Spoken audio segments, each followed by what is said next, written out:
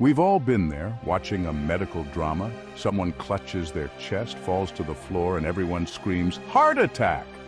But what about cardiac arrest? These two heart emergencies often get mixed up, but understanding the difference can save a life, maybe even yours. Imagine this: you're late for work, stuck in traffic, and suddenly a sharp pain shoots through your chest. Heart attack? Maybe. Or maybe just indigestion from that extra large coffee. Now picture someone collapsing, completely unresponsive. That's more like cardiac arrest, a full-blown heart shutdown. Knowing which is crucial, because the faster you act, the better the outcome. So, buckle up, because today we're diving into the heart of the matter, pun intended, learning how to tell the difference between these heart emergencies, and most importantly, how to be a lifesaver. Think of your heart as your body's own personal delivery service, constantly working to transport oxygen-rich blood to every nook and cranny. A heart attack is like a plumbing problem, a blockage in the blood vessels, like a clogged pipe, preventing blood flow.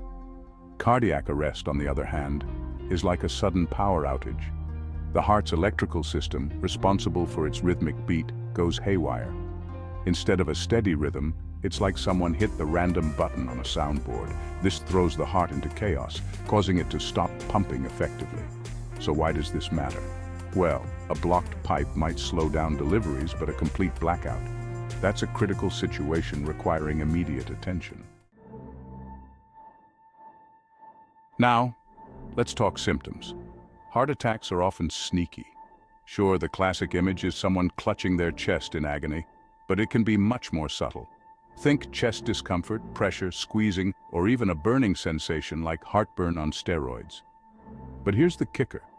Sometimes the pain radiates to other areas like the arms, especially the left one, back, neck, jaw, or even the stomach.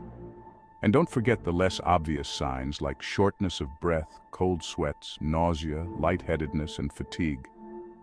Cardiac arrest, on the other hand, is anything but subtle. Remember that power outage analogy? The lights go out. The person becomes unresponsive and collapses with no pulse and either no breathing or gasping breaths. It's a sudden and dramatic event. Here's the good news. You don't need to be a doctor to save a life. Whether it's a heart attack or cardiac arrest, your first and most crucial move is the same. Call 911 or your local emergency number immediately. I can't stress this enough. Time is muscle. The sooner medical professionals arrive, the better the chances of survival and recovery. Don't wait to see if the symptoms pass or try to drive the person to the hospital yourself. Every second counts, so pick up the phone and be their lifeline. Think of it like ordering a pizza. You wouldn't wait until you're starving to call, would you? No, you'd call as soon as you felt that hunger pang.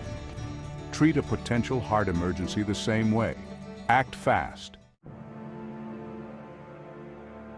While you're on the phone with emergency services, there are things you can do to make a real difference.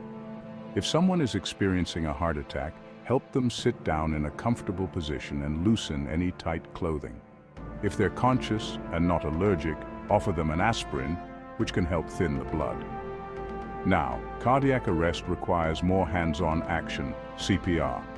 If you're trained, start chest compressions immediately. Don't worry if you don't remember the exact technique. The 911 operator can guide you.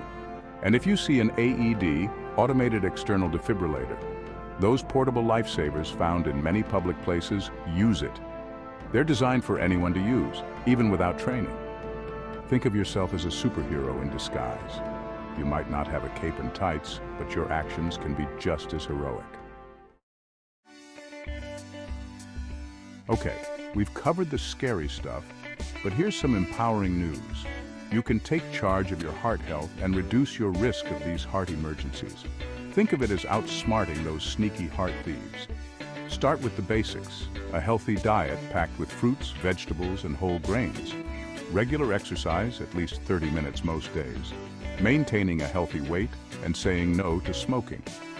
It's also crucial to manage existing conditions like high blood pressure, high cholesterol, and diabetes. Remember, your heart is a vital organ, not a punching bag for stress and unhealthy habits, so show it some love and it will keep on ticking.